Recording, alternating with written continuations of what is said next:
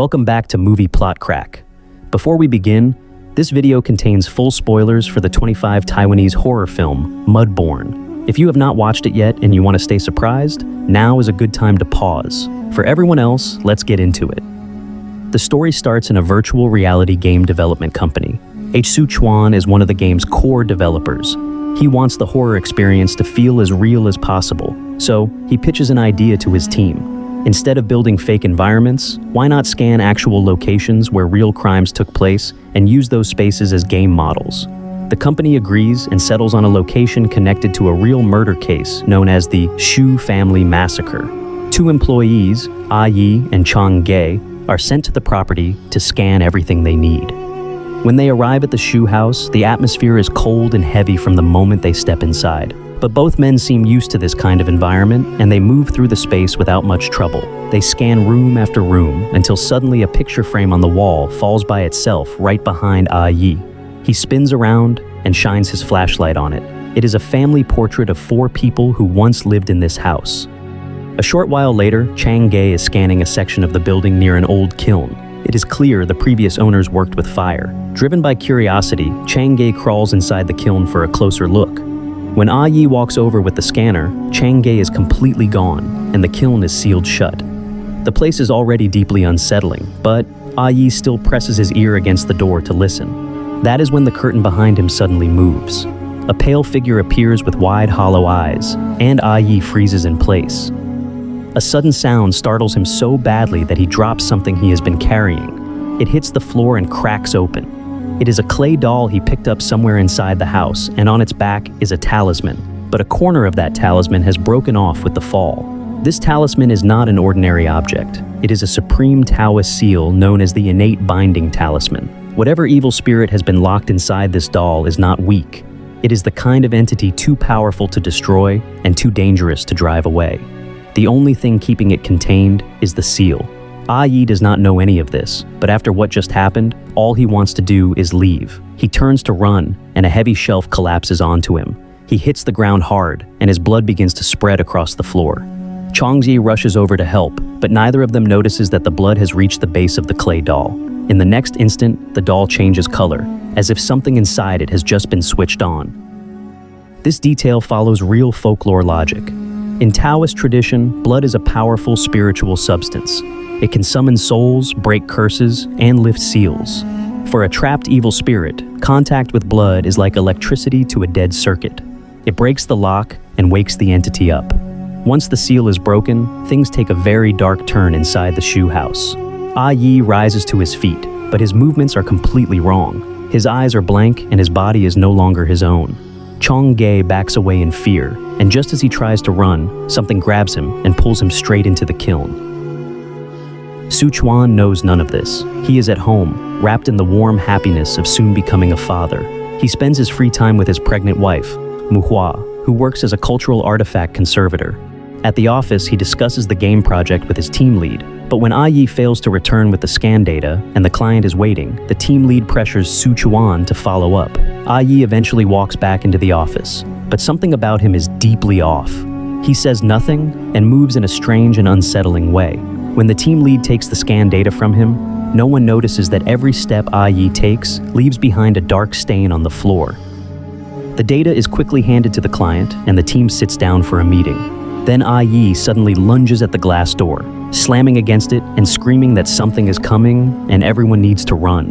Before anyone can react, he collapses and brings up a stream of thick, dark mud under the floor. The entire room goes silent. Yi is rushed to the hospital, and with him out of commission, the whole project falls to Su Chuan. That evening, Su Chuan brings the materials Yi collected back home. Among them is the clay doll from the Shu house. While Muhua rests after dinner, and Su Chuan sits working on a small craft project for their coming baby, the lights begin to flicker. Then a baby's cry starts coming from one of the rooms. Su Chuan goes to check and finds it is the practice infant doll they bought to help him prepare for parenthood. The toy had a timer set to go off only in the mornings, but here it is crying in the dead of night. He pulls out the battery and shakes his head, puzzled. The camera quietly cuts to a close-up of the clay doll sitting in the corner. The next day at work, Su Chuan pulls up an old interview with Liu Xin, the woman who used to live in the Shu house. Liu Xin was a ceramic artist who believed deeply that clay was the final resting place of all living things. Dust to dust, soil to soil. She was known to go further than most artists Kurambistid, pushing into taboo religious rituals and working with soil gathered from sacred burial grounds to mix into her pieces. When asked about crossing those boundaries, she gives a calm and chilling answer. She says that time turns taboos into traditions and traditions into taboos. Only the work endures. She clearly did not care about limits. She only cared about perfection. When Su Chuan returns home that evening, he calls out to Muhua and she steps out of the studio toward him. His whole body tenses. If Muhua is standing right in front of him, then who is the figure still moving around inside the studio? He looks back and the room is empty. He turns again and a frightening face appears right in front of his eyes. He wakes up gasping. It was only a nightmare. Muhua comes to check on him and picks up a newspaper from the project files. She reads that Liu Xin's entire family was killed inside their home. Liu Xin's body was never found, and police believe she was disposed of after her death. The words send a deep chill through her. That night, the air conditioning in their room starts behaving strangely on its own, raising the temperature as if something in the apartment prefers the heat. The security camera outside also starts moving by itself, and after a moment, its motion detection locks onto a target with no visible body. But the camera does not lie.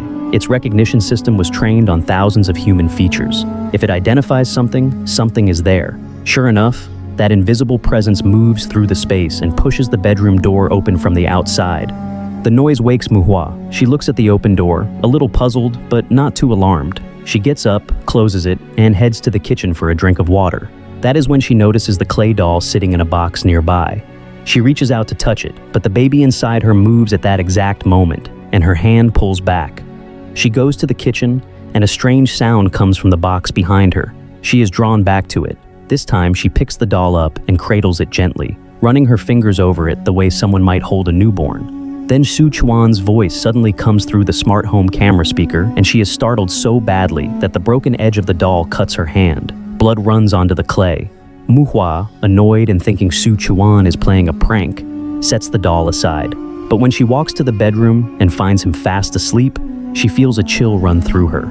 A soft and eerie folk melody then begins drifting from the doll across the room. And as it plays, Muhua's expression goes completely blank.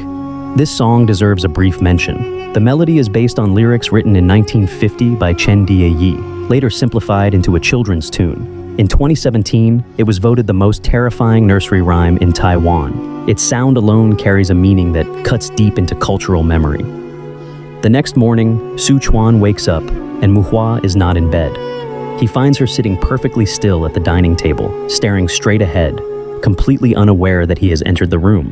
When he asks if she is feeling all right, she snaps at him with a fury that seems totally out of character. He says nothing more. At breakfast, Muhua eats in a way that feels very unusual, going through food she has never shown interest in before, eating fast and hungrily. When Su Chuan gently points out that she seems different, she becomes immediately unwell, and he rushes over to help her. After leaving the house, Su Chuan goes to meet Liu Yan, the sister of Liu Hixin. His game company used Liu Hixin's likeness in the game and needs a signed release form. Liu Yan agrees willingly because she hopes the game will bring attention to her sister's case and help reveal what truly happened. They talk briefly and Su Chuan heads back to the office to review the game build. It is impressive. The Shu house has been reconstructed exactly as it appears in real life, but something strange shows up in one section of the model near the kiln room. There is a large patch of broken earth that should not naturally be there. He does not know what to make of it yet. Back at home, Muhua is at her work desk when the air conditioning raises itself to a high temperature on its own. She adjusts it and turns back to her table, but the cultural artifact in front of her has been replaced by the clay doll. The door swings shut by itself. The doll's eyes have turned red. Something reaches out and takes hold of her. She looks in the mirror and watches her own reflection move against her will. She is no longer in control of her own body. She reaches for the doll and begins working on it, using her own blood mixed with clay to fill in its damaged areas, then grinding away what remains of the binding talisman on its back. When Su Chuan comes home that night, the floor is covered in debris. The clay doll has been fully repaired, and part of the talisman is now completely gone. Muhua sits disconnected from everything around her. When he tries to reach her, she pulls away sharply. Then the air conditioning rises again on its own, and when he stands to adjust it, Muhua suddenly becomes very distressed. She begins harming herself without seeming to be aware of it. Xu Chuan rushes over and stops her, and the fear he feels in that moment is visible in every part of his face. The next day, Xu Chuan tries to research what could be causing Muhua's behavior. His team lead catches him and calls him into the hallway, but rather than reprimanding him, the team lead speaks kindly and hands him a safety amulet his wife requested from a nearby temple. He tells Xu Chuan not to carry so much weight alone. Back at his desk, something like focus returns, and he throws himself into the footage from the shoe house, looking to fill in missing sections of the kiln room model. He does not notice that on his phone screen, the home camera is showing Muhua staring directly into the lens with completely hollow eyes. His phone rings. It is Yi calling from the hospital, but the voice is broken and barely coherent. The call suddenly drops. Xu Chuan races to Yi's place, and what he finds there stops him completely. Yi is in a terrible state and lunges at Xu Chuan the moment he enters, grabbing him and desperately trying to say something about the doll. But every time he tries to speak, something stops him. His body begins moving against his will, contorting in ways that are deeply disturbing to witness, until he collapses and goes completely still. Xu Chuan falls to the floor, shaking uncontrollably. He calls for emergency services and waits for help to arrive. Back at the office afterward, he replays the last broken words Yi tried to say. He already knows the truth. The clay doll is not a simple object. And when he thinks about Muhua's behavior and about how the safety amulet he was given suddenly shattered inside his bag on its own, everything clicks. He goes to the temple where the amulet came from and finds a ritual master who looks at the talisman. The master can read only fragments of it. He confirms it is a supremely powerful Taoist innate seal, but the full meaning is beyond what he knows. He directs Xu Chuan towards someone named Sheng, a specialist in ancient Taoist talismans and spiritual matters. Xu Chuan finds Sheng and explains everything. Sheng listens and does not turn him away. He explains that some spirits simply cannot be defeated or driven out. They can only be contained. Something too powerful to remove gets locked inside a vessel, and a clay doll shaped like a human being is ideal for that purpose. The more human the shape, the easier the spirit can attach itself. Xu Chuan asks if the missing piece of the talisman can be restored and the spirit re-imprisoned. Sheng says it is possible but complicated. Still, it is worth trying. They go to the apartment together. Sheng looks at Muhua and immediately understands the situation. He begins the ritual, channeling spiritual energy inward to force the entity inside her to react and weaken. He pushes harder, trying to drive it out completely, but his strength is not enough to fully extract it. He steps back and thinks carefully. He knows that possession requires a specific condition, and based on everything he has observed, that condition is the clay doll. He presses his own blood onto its surface. The spirit surges out of Muhua instantly, searching for a new host. Sheng quickly works to protect Muhua while he fights to contain the entity. But the spirit is far stronger than he calculated. It has been growing inside Muhua for days and is now too powerful to simply be pushed away. The only real solution is to find the complete talisman and use it to reseal the entity properly. Sheng then gives Xu Chuan a critical warning. This spirit wants Muhua specifically. It wants to fully take over her body and remain there permanently. And if someone stays possessed for more than 7 days, they cannot be brought back. When Xu Chuan confirms that Muhua first started changing last week, Sheng works out the calculation quietly. Tomorrow at sunrise is the 7th day. Sheng presses further. He finds it deeply strange that the spirit is being so selective about its target, and he wants to understand why it wants Muhua in particular. He needs to know how the doll was originally created. They go together to find Liu Yan. Xu Chuan explains the situation briefly. Sheng then tells Liu Yan that he has a way to find her sister and learn what happened, but he needs her cooperation. Liu Yan agrees immediately. Sheng ties a cloth across Liu Yan's eyes and begins the ritual. The blindfold is used in several key moments across this film, and it is rooted in a real folk belief. What the eyes cannot see cannot disturb the mind. When ordinary sight is blocked, the spiritual sense opens up. With Liu Yan blindfolded, she can reach toward her sister through feeling rather than sight. The vision begins. Liu Yan watches through a different kind of awareness as her sister Liu Xin walks through a burial ground, gathering soil from the earth. Liu Xin had long been known for using cemetery soil in her sculptures. On this particular day, something devastating happens to Liu Xin while she is there alone. She suffers an immense personal loss and is overcome with grief. In a state of deep sorrow, she takes the soil she has gathered and shapes it slowly with her hands into the form of a small child, softly singing the old nursery rhyme as she works. The doll she creates that day holds everything she was feeling in that moment, and the soil from that burial ground carries far more than she could ever have known. The further the vision goes, the more horrifying the truth becomes. The Shu family massacre was Liu Xin's doing. The spirit that formed inside the doll had taken hold of her without her realizing it, driving her to commit terrible acts she had no awareness of. She destroyed everything in that house. When Liu Yan sees all of this, he can barely breathe. Ah Sheng tells him to keep watching. The vision shifts. Liu Xin comes back to herself. She looks at what has happened around her and is overcome with horror at what she has done. She understands now that the doll is the source of everything. She uses her own blood to write the binding talisman on the doll's back. Then she locks herself inside the kiln with the doll, sealing them both inside together. When the ritual ends, A Sheng has the full picture. The spirit inside the doll is not a single entity. It is a gathering of restless souls that accumulated in the burial ground soil over many years. That is why it is so extraordinarily powerful. And there is very little time left. Before sunrise, they need two things: the missing corner of the talisman and Liu Xin's remains inside the kiln. Using a human vessel for the sealing will be far more effective than the clay doll ever was. They rush to the Shu house immediately.